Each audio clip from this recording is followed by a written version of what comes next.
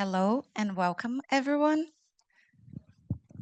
Welcome to the Harvard Center of International Development's Road to GEM Friday Speaker Series. I'm Giovanna Lia Toledo, a student at the Master's in Urban Planning at the Harvard Graduate School of Design, and I'm from Brazil. Here at CID, our mission is to build a thriving world for all. We work across the university and a global network of researchers and practitioners to build an international pool of talent, convene academic and practitioner networks, and deploy breakthrough research to address the world's most pressing challenges. Through the World to GEM event this spring, we're taking a closer look at AI's influence on development. CID's annual Global Empowerment Meeting, GEM 25, Catalyzing AI for Inclusive Change, will be held on April 29th at the Harvard Business School. We're so excited about today's conversation on digital government at war. Before we get started, I want to mention a few housekeeping items. Please enjoy lunch, but help us help the planet by doing your part. All food items, including cups, napkins, and utensils, are compostable. Please hold all questions to our speaker until she has finished her presentation and opened the Q&A session. At the time, I'll go around with the mic so we can hear you clearly. We're recording today's session, which is on the record. We'll keep the camera on the speakers, only ensuring that your voices from the audience are recorded. The video of this event will be available on the CID's YouTube channel afterwards.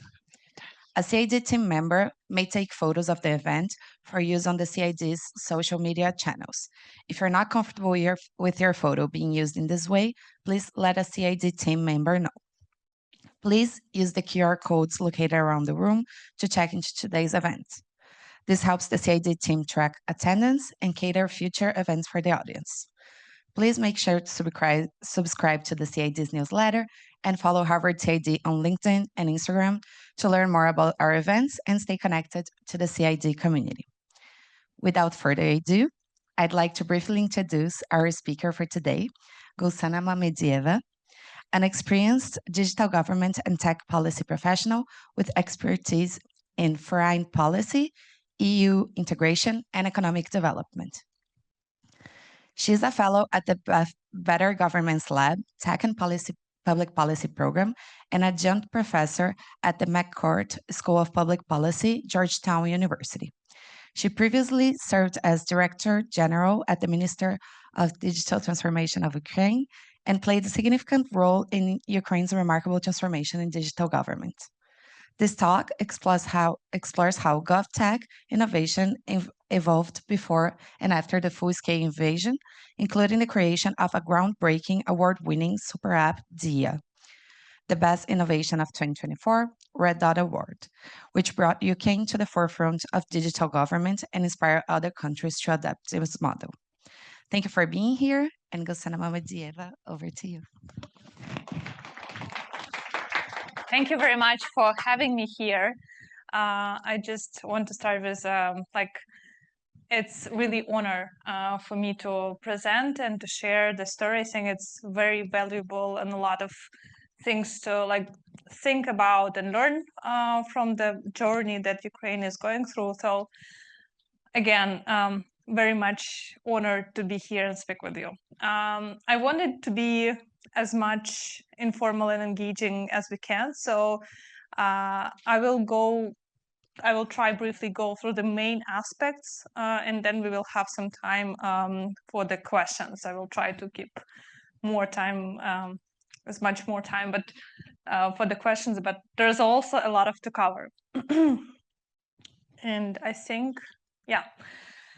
So the output, what I wanted to bring, like what I want you to take from this event and from this speech is basically to think about how government, and we don't have a choice probably, government should go into digital and do digital development and digital transformation work sooner or later. But you see it's happening everywhere because inevitably all implementation of all policy, it's laid down on digital or data infrastructure. And we were in Ukraine focusing on it. It's become a central policy since 2019, and the huge progress was done. But also what makes it interesting, because it was going through their military context. Ukraine, as you know, had a war since 2014, not the full-scale invasion happened in 2024, yes, but in 2014, Russia first time occupied Crimea. By the way, I'm from Crimea. So all the developments in digital transformation were happening while we had already war context and occupied territories. And shortly about, as it was said, I have been working, I was lucky to join the newly established entity, Minister of Digital Transformation, one of its first employees, and have the honor to form policy and a lot of leverage and political will that supported this war. So I will speak about how actually my presentation is structured, what we have done before the war. I will try to emphasize main products and how it's played out during the full-scale invasion. So as I said, I'm sorry, may I ask, because it's a little bit, I want to change microphone if it's okay, just sorry for this minor. This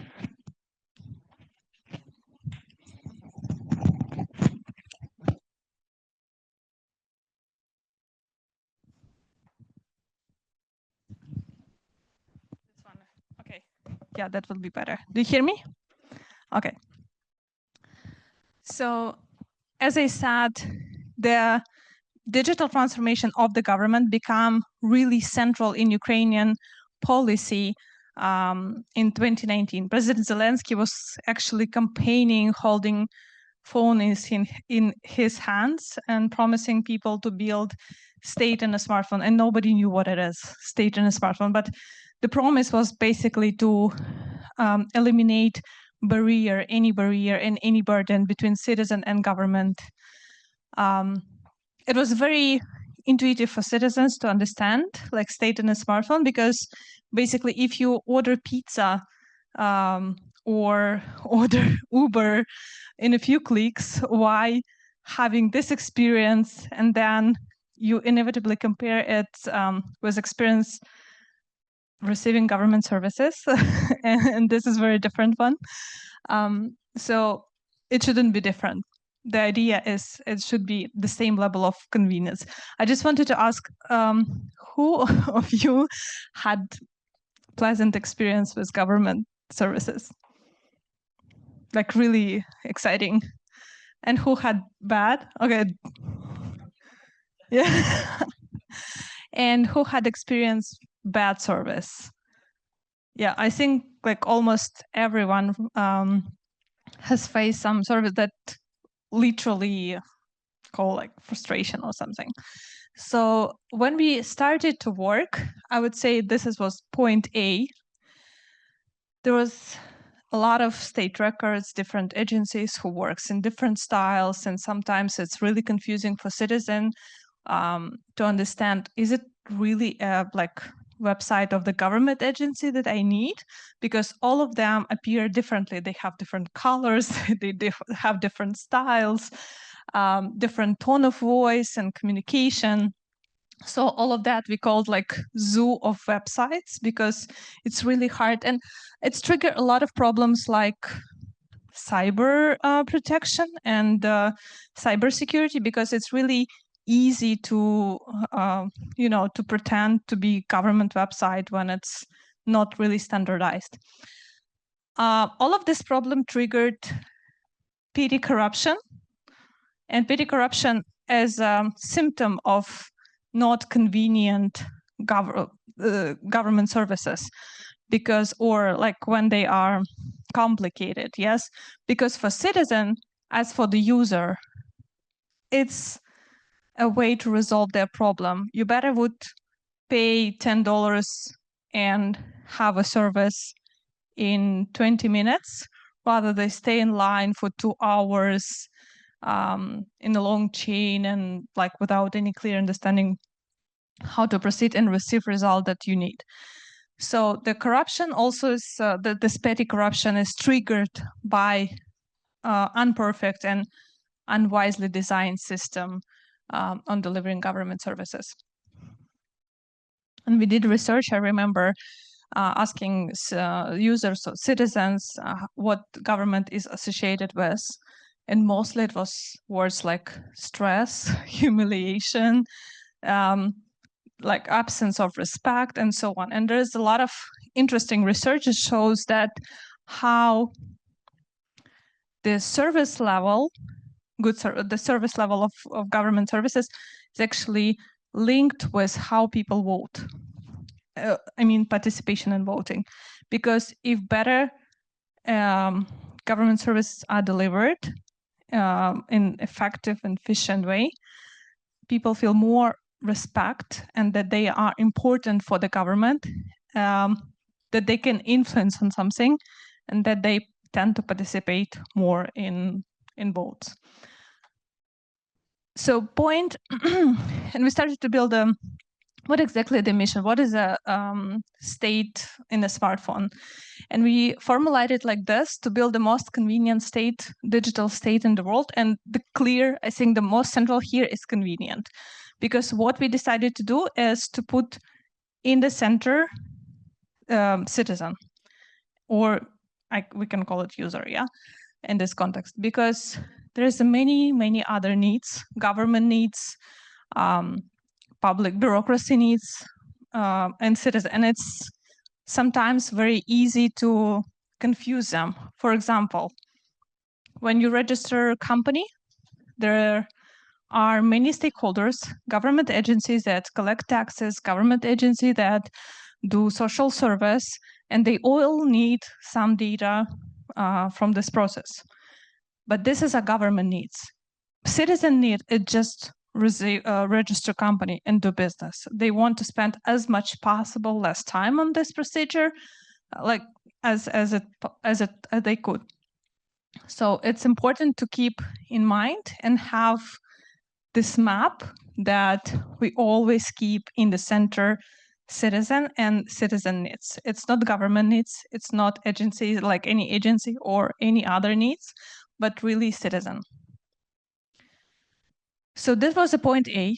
And where we are now, since 2019, Ukraine was, just before we started to work, Ukraine was ranked as 102 in the government in the HD. It's a government, UN government, digital government index. And last year we were ranked number 5, which is give us numbers that Ukraine raised up on 97th position in 6 or how many? Yeah, 6 years. And it's make Ukraine the fastest country in the world in terms of digital transformation. And we also break up several first use cases in the world. Ukraine created first digital passport in the world, and its work as equivalent to paper or plastic. First full cycle of online marriage, registration of online marriage. We introduced first digital driver license in Europe. This is a very cool service. It's called eBaby. Basically, new parents don't need to visit any administrative building in Ukraine, and all the registration done in the hospital when baby is born. I mean, like receiving tax number, social security number, etc. And Ukraine has the fastest in the world business registration. It takes 10 minutes to register a company with everything. Receiving tax number, opening bank account, and ready to go. So I'll speak about, of course, there are several layers of doing such kind of reforms. Yes, there is a political layer, there's organizational level, there's institutional level, technological, which is the easiest. And we started with, I cannot say we started because we introduced it 6 months later since our establishment of the ministry, because we understood that we need a lot of people to cooperate with in other agencies. So we introduced this position, CDTO. It's Chief Digital Transformation Officer. and we placed them in each other ministry. So the logic is, once we have to collaborate with, for example, Minister of Economy to create some new service or create some new product, we need people to speak with like whom, and we need to speak one language. So we created this position, CDTO. They operated on a quite high level, deputy minister, and they all have their internal digital team. So they were kind of a digital ambassadors in all respective ministers, for example, Minister of Health, Minister of Education, and so on. Then it was created, what's important is Diia company. It's in-house IT company. And I think it's very crucial for developing state capacity or state capability in tech is to have its own IT company inside the government. And it's changing, it's quite different paradigm of working when you outsource tech and when you develop it on your own. And I will speak about this. This agency is responsible for the cybersecurity, and this is all central level. The same CDTO position we have on regional level, and of course parliament track. So shortly after this, we introduced the brand Diia, and why it was important to introduce the brand, because as I said before, to eliminate this zoo of different styles of communication, to have one tone of voice. So citizens would understand that this is government speaking, this is government website, this is government service. And that's why. So Diia means from Ukrainian translated as action, and it's also an acronym. Держава і я means state and me. As a symbol how we reimagine interaction between citizen and government. And next video will explain you what Diia is. What is Diia? Diia is a state in smartphone. It is a useful tool that cares about millions of Ukrainians on a daily basis via Diia app. Ukraine is the first country in the world that allows its citizens to use digital passports as an alternative to physical ones, using which you can open a bank account in one click and travel around the country without originals. Your digital documents and variety of public services are available in one application, from driver's license to birth certificate, from paying taxes to sharing your car. Even nationwide polls are a direct expression of e-democracy, anytime, any place. No paperwork, no stress, no lines, no bureaucracy. State in a smartphone works 24/7, 365 days per year. Convenient, invisible, human-centered. This is what Diia truly is. I want to ask how you hear sound, because I think it's too low. Yeah, can we make it a little bit? I think we can make it louder, a little bit, because there will be other videos. So Diia is an ecosystem, and there's several products around this inside this ecosystem, but this is the most central one. And it will, this is state's super app, Diia app. You can think about, so this is the numbers.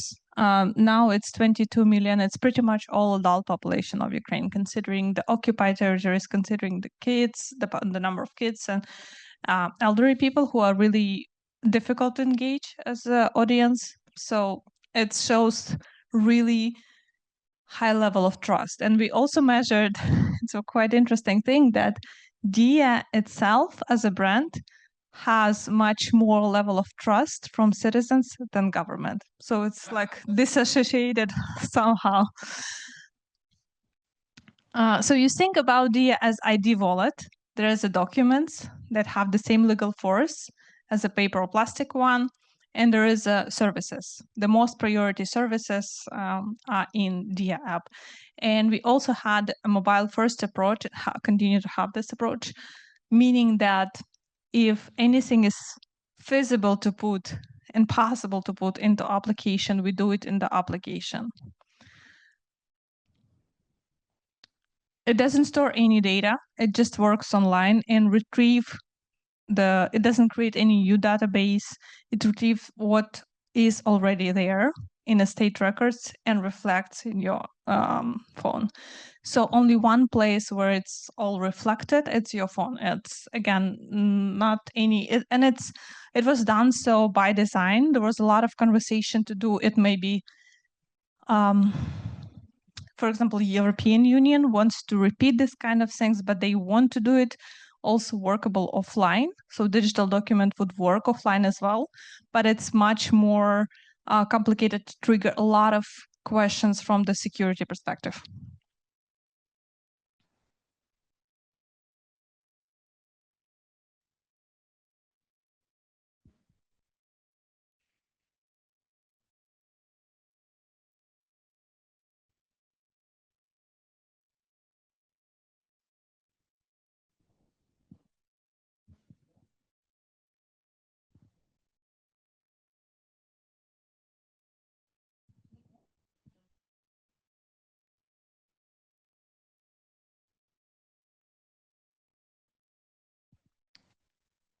Another important feature, so there is a lot of use cases how digital passport itself is not useful. Yes, what's useful, it's use cases where a citizen can use it, and it simplifies really a lot of operations.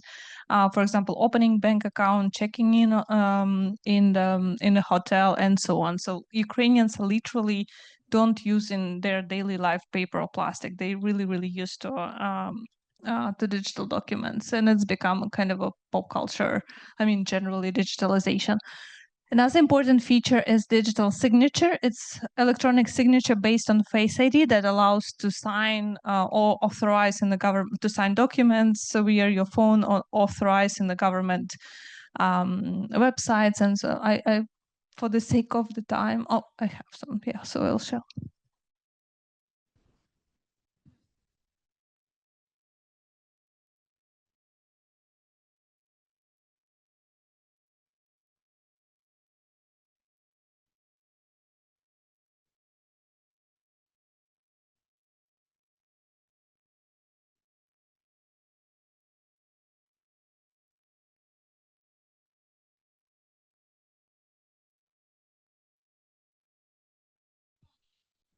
So I'm showing the digital document and digital signature as a, like, in quite detail, because these are very important building blocks that allow us to build all other services. And one of my favorite recent one is online marriage. It's specifically, I think, like speaking about this today. So online marriage in Ukraine was introduced recently, and people can apply and register the marriage fully online. It's really in demand in Ukraine, considering the situation that one partner can be on front line or families are separated through the border. And we were never thinking that we will be developing this service in this kind of conditions, but the numbers shows that there's a huge interest. And we did, of course, like every time we launch a new service, we do a lot of discovery and research, and it's appeared that people really, and Ukrainians really need the service. Привіт! With countless tasks and looming deadlines, it's easy to let life slip by in a blur of roads and video calls, leaving little time for what truly matters.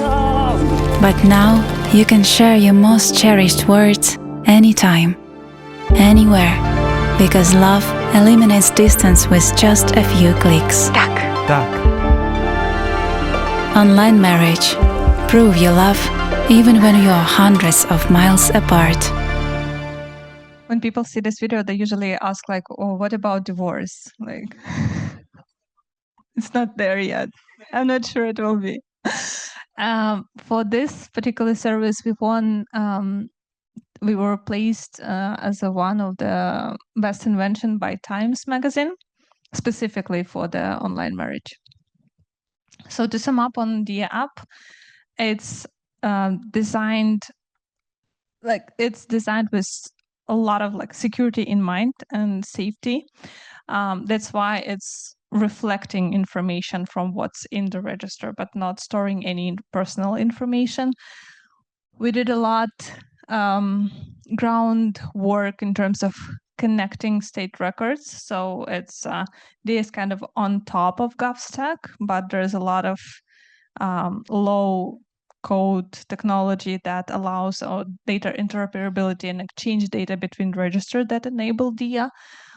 And I wanted specifically emphasize that a lot of this work was done with support of the USAID and development work that has been done from like 2019.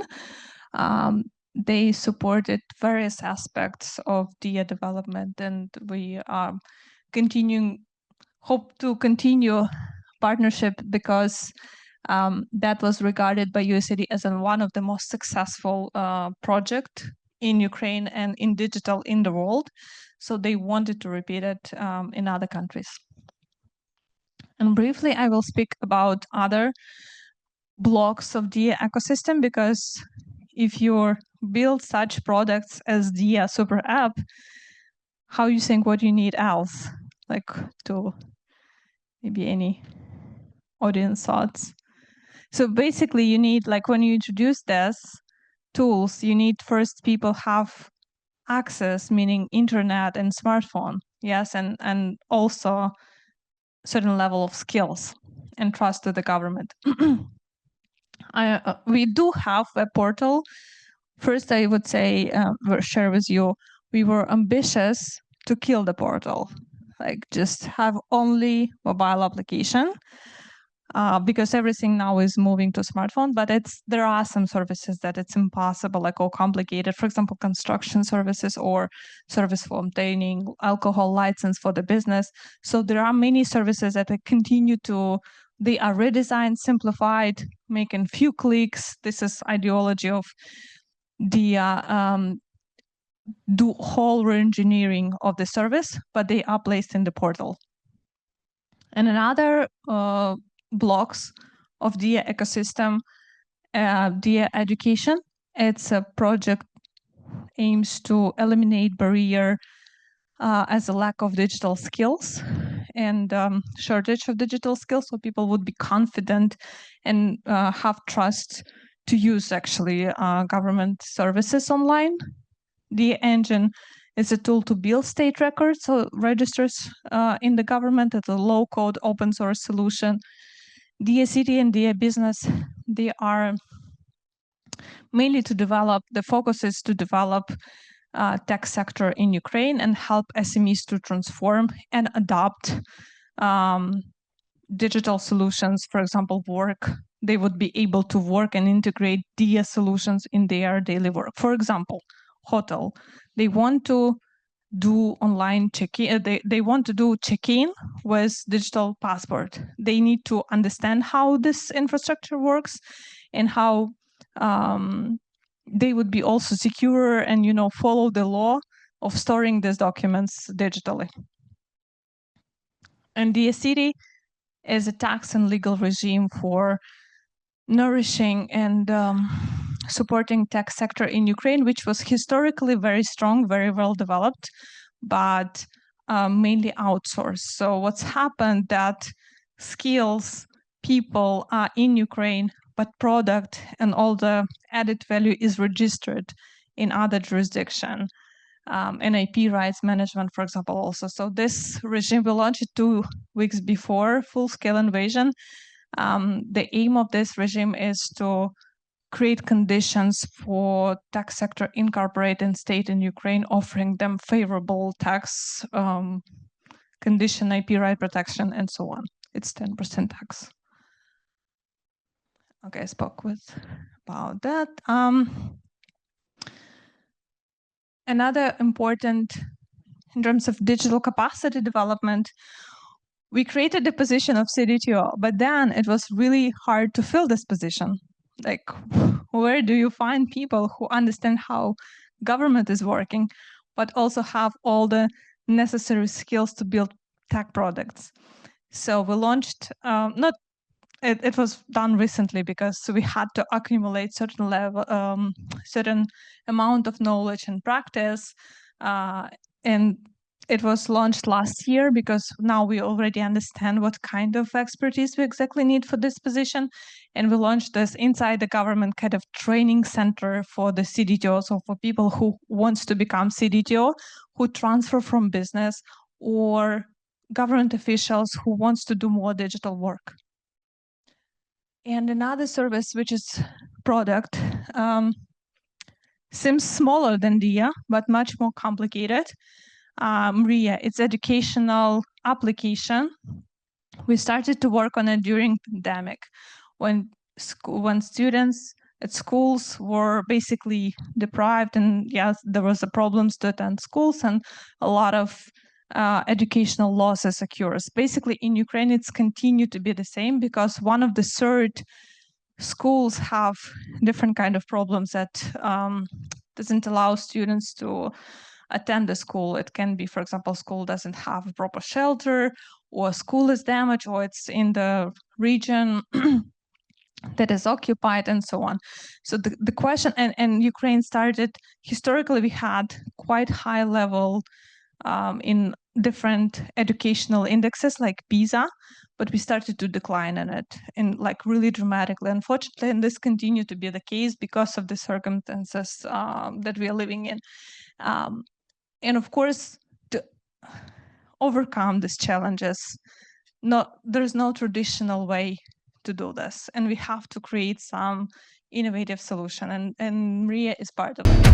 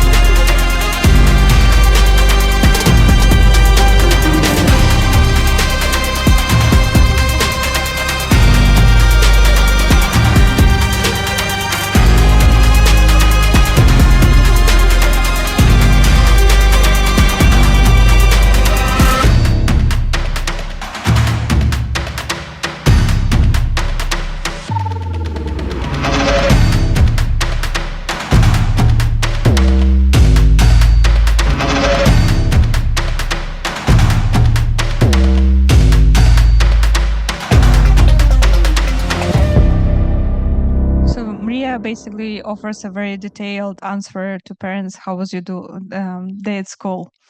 And it's also a really helpful instrument for teachers who face very difficult challenges in providing education at this time. So it's a help for the student, for the teacher, and for the parent. So I will quickly move to the part how it all played during the full-scale invasion, and what are the opportunities and challenges for that. As a result of the war, almost 12 million Ukrainians fled their homes. More than 8 million went abroad. For them, documents were translated into English in Diia. It takes a minute for Ukrainians to apply for an IDP status certificate in Diia. Ukrainians can also submit an application for IDP assistance in Diia app as well. Ukrainian government sending payments to help our people every month. The Russian military have destroyed tens of thousands of homes of civil people. Damaged property feature was created to track damages as accurately as possible. Ukrainians are able to report complete or partial damage to their private homes and residential properties. When Ukrainians had to be evacuated from hotspots, they had left behind everything they had earned throughout their lives.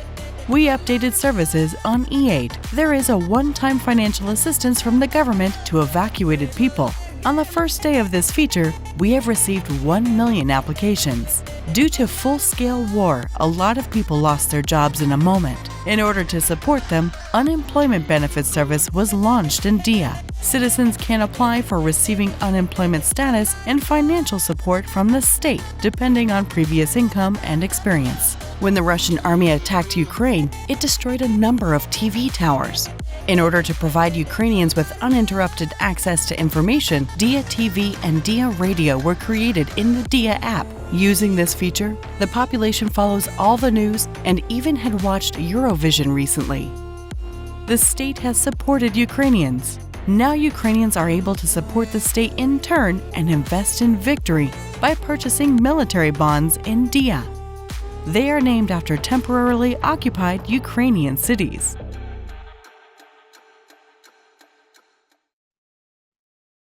How many of you does know what Eurovision is?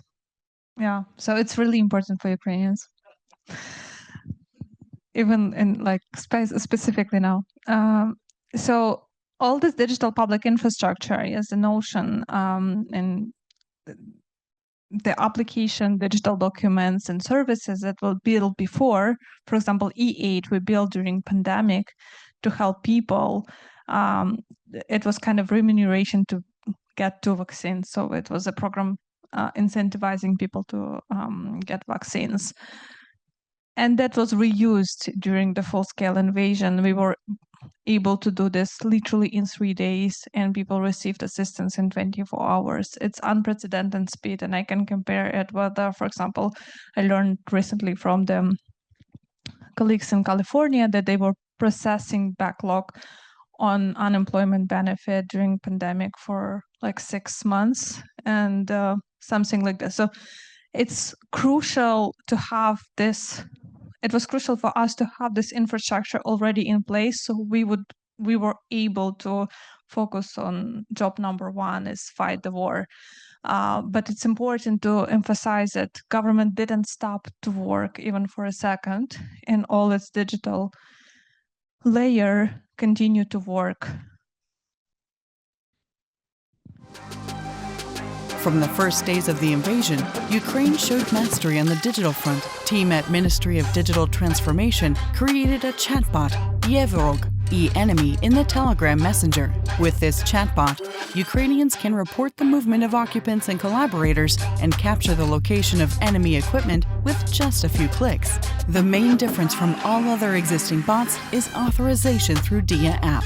Only citizens of Ukraine are able to use the bot. Support service at Diia processes applications and submits them to the headquarters of Armed Forces of Ukraine.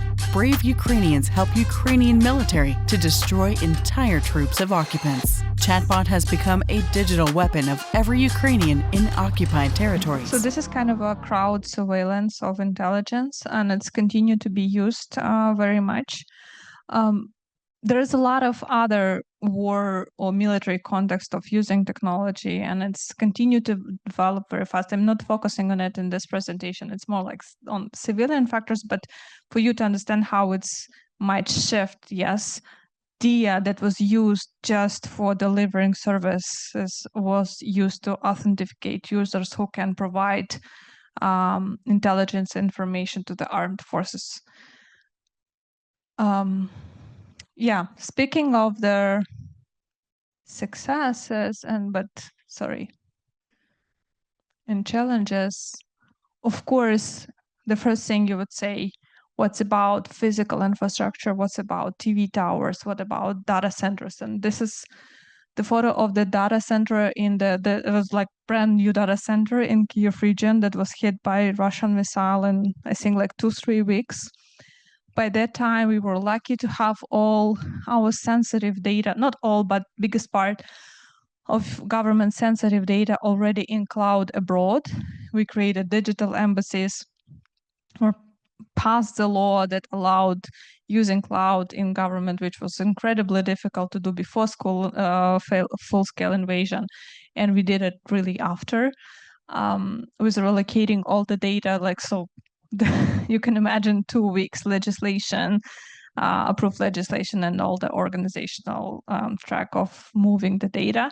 But that was incredibly important solution at the time, because what's happened is that together with kinetic war that was or destruction that was prioritized and continue to be prioritized by Russia, they always or very often combine it with cyber attacks or attacks on digital infrastructure like TV towers, internet connectivity to disrupt connectivity, cut off people from their information and communication with the government, and also destroying our data centers. This is a picture of Center of Resilience in Ukraine. There are many of them in Ukraine. Last winter. This winter is not so difficult, but this is basically why it's happened, like why we had this centers of resilience, because we didn't have enough electricity. We had shortage of electricity, which means that people don't have internet, and they cannot basically charge their devices. And this is when you have all government online, that's very impactful and affect how government operate. And so you have to overcome these challenges as well. So this, I hope, gives you a picture how digital public infrastructure in Ukraine made us, was a really truly backbone of Ukrainian resilience and continuity of operate, that government could operate, but also provide at certain points some additional risks that we have to think about and implement some additional measures to safeguard this infrastructure. They said, Ukraine won't stand the test of war. Its system will collapse. Well, world, let us prove you wrong, because it works. Day by day, Ukrainian GovTech powers millions of citizens with state digital services. Its tech capabilities fuel civil and defense innovations, and its IT talents help global businesses solve their most challenging problems. Ukraine ranks 5th globally in terms of digitalization, surging from 102nd to 5th place in just 6 years. How? Diia State Super App allows 21 million Ukrainians to use digital documents and state services on their smartphones 24/7. E-Entrepreneur Service provides the world's fastest business registration and innovative tools. Diia Education Platform helps 2.3 million Ukrainians upskill, achieving a 12.6% digital literacy boost over 4 years. Diia Business earns Ukraine top reformer status among the Eastern Partnership countries. Diia City offers Europe's best IT tax regime. U-Residency allows foreigners to register and run businesses in Ukraine remotely with low taxes. Code UA platform drives global business with the power of Ukraine's tech industry. Maria app strives to be a game changer for the education system, helping millions of Ukrainians find themselves and achieve self-realization. Win-Win implements the Ukrainian step-by-step innovation strategy to win the peace. Brave One, the Ukrainian defense tech cluster that has already registered more than 3,000 developments. More than 200 of them are codified with NATO standards. Under constant cyber attacks, day by day, we advance our digital potential. So that one day you would say, Ukraine is definitely doing things right. Digital State UA, because it So finishing my works. presentation with that, hope it give you a lot of inspiration and hope that there is always a way to use what we have, yes, and to innovate no matter what, because we cannot just afford to lose. So please, I want to open it for the questions. Yeah. Yes.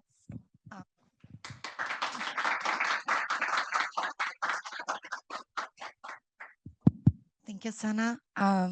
You guys can raise your hands and I can come.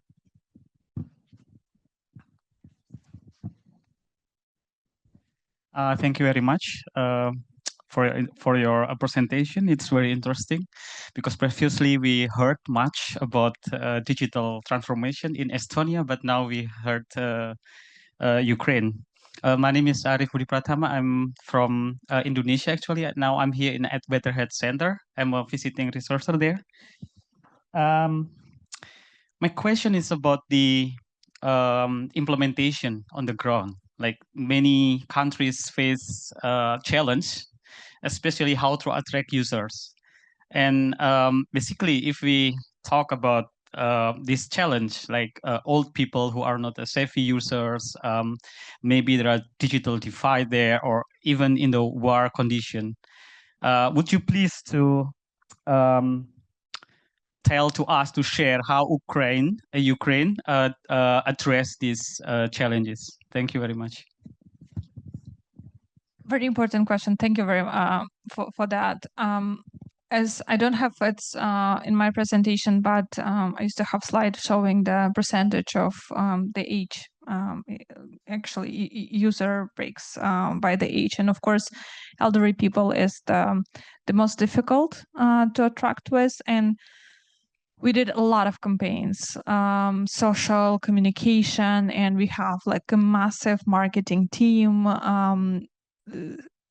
To really what's important to gain the trust and to maintain it, so you really like, it's so precious when if something happens, and a lot of different situations happen when we roll out service, it doesn't work, or we say digital document is working everywhere, and then person is trying to board an airport and then airline is refusing to check in a person with the digital document. Just imagine how frustrated you would be if you were promised the digital document works everywhere, and then there is some use case where it didn't, because the implementation, there are some problems on the way when you roll out the service on the national scale.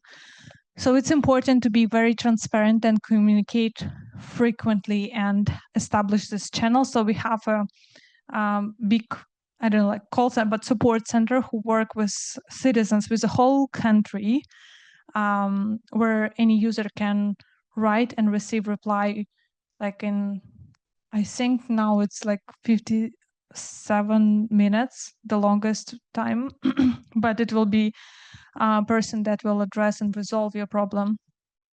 And so my point is, it's important to change the style of communication government used to do. And another one, it's provide design services with really, as I mentioned in the beginning, keeping the needs of the citizen as a heart of this. And it's when it's really convenient, when it's really useful, then people will come and use it. And it's really become a culture in Ukraine. And as I said, like, it's become a love mark. People love Diia and they trust Diia. And of course, we were probably in certain point lucky. I mean, in terms of user acquisition, because when full scale, when the COVID hit, everything shift online, and we have user acquisition line just like growing up so fast, because everything is like more services online, people use online more, and yeah, so there's like combination of these incentives.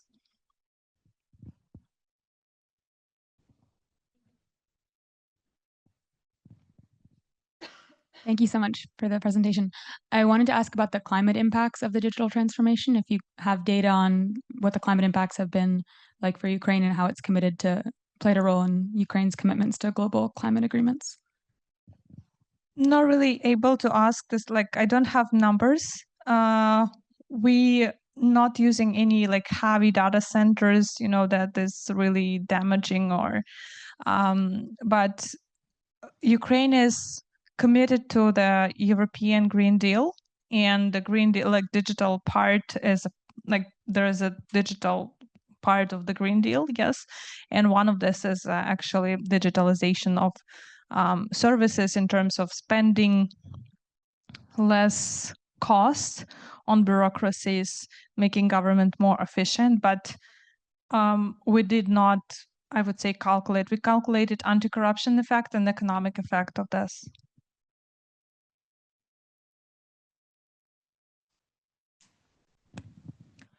Thank you so much for the presentation. My name is Arjun. I come from India and I used to work in the digital government initiatives back in India. So one of the things that was raised a lot back, at least in my country, was the aspect of building in safeguards in these digital infrastructure and platforms itself, because again, this is not, it is a state initiative, it's not a government initiative. These systems will be in place even after, let's say, the current government is gone.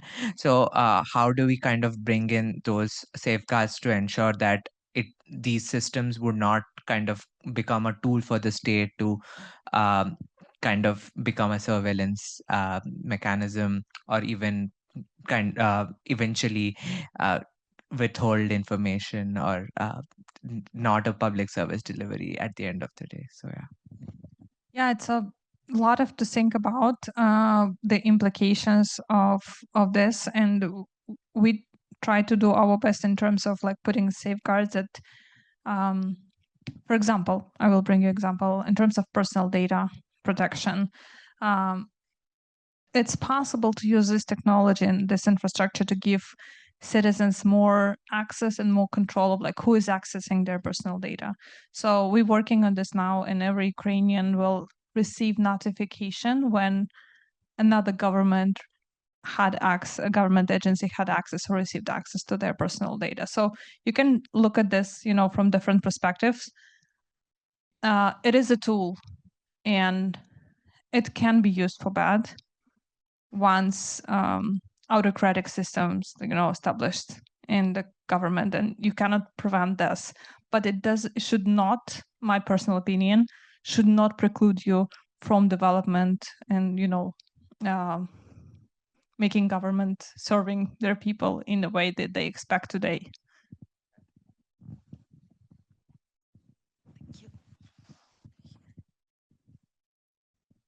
Hi, thanks for all the great work you've been doing. I would think Russia would want to make this fail because they want to make Ukraine fail. And I wonder how much trouble there has been with sort of cyber interference, or even Russia trying to have insiders within the system developing the digital transformation that are putting weaknesses in, or what have you. Yeah, of course, this is a big concern. And we had recently, I think, like maybe once ago, the biggest cyber attack in Ukraine conducted on the state records, specifically state registry on the addresses. And I think the civil status, there was like birth certificates and marriage certificates. So this two registers were not damaged. We understand that some information leaked. We were able to detect it quite early, so it's not as harmful as it could be. And we were able to shut down, just plug it off. So that's a solution. So in terms of cybersecurity, we invest a lot. We have special, it's not in our mandate in the Minister of Digital Transformation, it's another agency, special security service, who provide all there is a lot of kind of bureaucracies in these terms, but let me put it in this way that it was very complicated to decide on using cloud in government. And cloud is a particular making vulnerable. When you have data center in your premise, that's kind of more secure. You can plug it off, you understand who is having access and so on. When you have it in cloud, but when you have it on premise, the rocket can hit like next second. When you have it in cloud, there's other concerns. And the most like you was talking about is like they associated when you have data in cloud. But I would say we now perceive this digital sovereignty notion as whom you are partnering with. It's literally impossible for Ukraine to be self-sophisticated state in terms of digital now. We have to rely on our partners, business, other governments, digital embassies that are hosted in other countries and EU members and so on. So yeah, this is a cost benefit and risk assessment. Thanks for the presentation. This is really great. My name is Noah. I'm a national security fellow here in the Belfer Center. And one of my questions is related, which was on the, I forget what it was called, but where they can, on the front lines, take a picture and say, hey, this is what we see for the threat, right? How do you keep that from being spoofed or intentionally provided with the wrong information? And then my second question is completely unrelated, which is just, I'm curious of the initial onboarding for a citizen to get onto the system and what that would take. Thank you. So I will start with the second one. Initial onboarding is the bank ID. Bank, we rely on the banks. They already have seen you because it's a high level of penetration in Ukraine, and most of the population have bank account. Bank already have very strict KYC. They have seen you. They have seen your passport. So basically, you authorize first time in Diia through the bank ID. And we receive the information, the confirmation from the bank that they have seen you and they know that you is you, and we trust the bank. It's 18 years, so basically, yeah, only people who have passport, yes, can have Diia. And could you remind me first question? The first question was, how do you know that the information that you're getting? Yeah, about eWork tool. So authentication through Diia.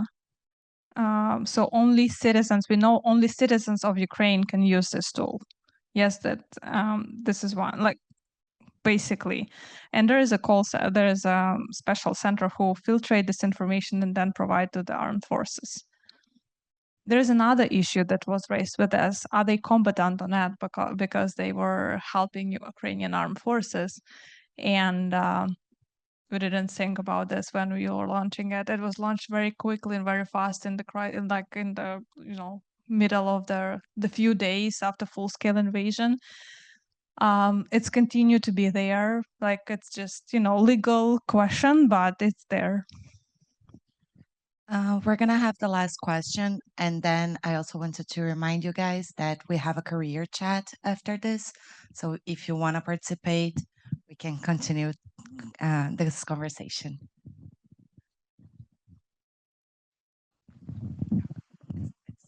Thank you so much. My name is Alina. I'm from Mariupol. And I have a quick comment and a quick question. Comment is, thank you so much for the work you've been doing, because I was able to register as a sole proprietor working at the 1991 Startup Development Center in Mariupol. And then I was able to terminate that registration as I was running across the border between Lviv and Poland. It works. It worked for me. I was able to pay taxes, and I don't remember ever carrying a physical passport while I was in Ukraine physically. And all of this is thanks to Diia. And the question is, you've mentioned that you had USAID, you had the UK government, major EU donors, also business. The question is twofold. If the business is helping financially, can there be a conflict of interest? That's number one. And number two, with what's happening with USAID, do you anticipate the change in the funding structure of the project? And should I, as a citizen of Ukraine, be concerned about the future of Diia? Thanks. Thank you so much, Alina.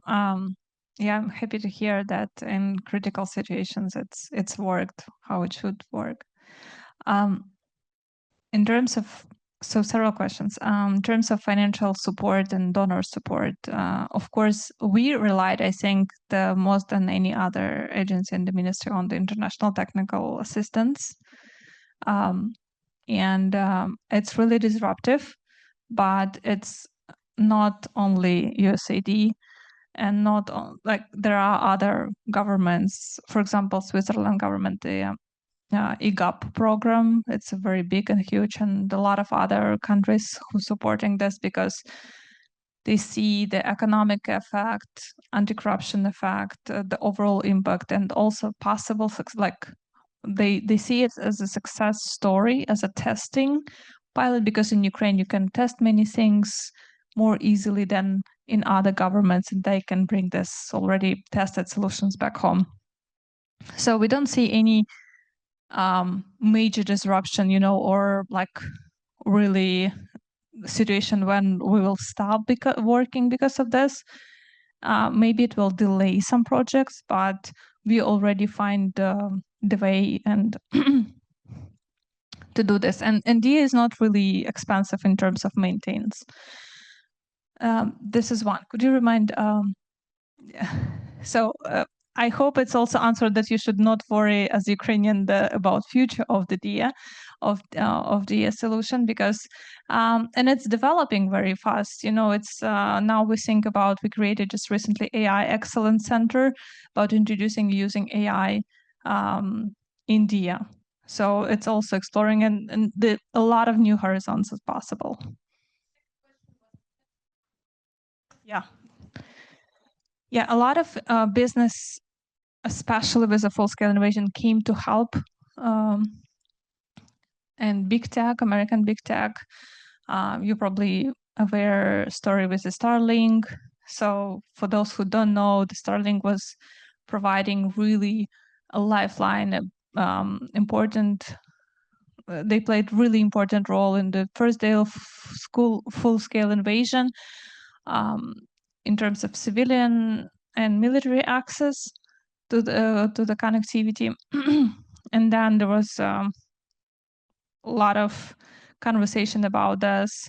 So first, I think 30,000 Starlink were donated, then we paid for this, and US government helped us to pay for this, and it's a continuing story. But the main thing that one day, amid Crimea operation, armed forces conducted military operation over Crimea, and they were using Starlink. And that operation was the Marine drones, and Starlink stopped at work at the middle of this operation. So I think this is more alarming question for Ukraine and for the, for the all countries who care about security and who rely on the big tech and their important and big role now in the global security, and people who take decisions about global order, foreign affairs, and conflicts. So that's I think we should care about, definitely.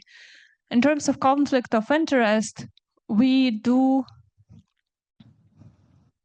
I have never met, like, I understand potentially what you mean about what you're saying about, but we always conduct, because it's international technical assistance, and all the bits, all the developments are happening mainly by, this. We never receive this money. It's always like conducted by or processed by third party who is a donor, for example, like USAID or GIZ, so on. And most of them, like all of them are, if it's not super secret, like they're very public. If it's sensitive, then there's a special procedure. So only Ukrainian companies, for example, are allowed to participate in these bids and request for proposal.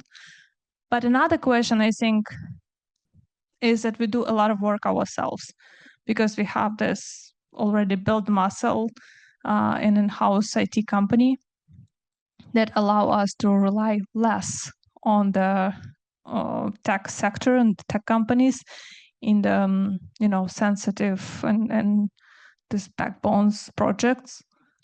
Yeah, so I think that. Okay, thank you, Gulsanna, so much for this presentation. It was really insightful. And thank you everyone from the audience too. As I said, we can continue this conversation, the career chat at Perkins. So please join us. She can talk about her career, more about AI in government, and also how can we help and work with our countries being abroad. So thank you so much. There is still food, and we're really happy to have you here. Thank you.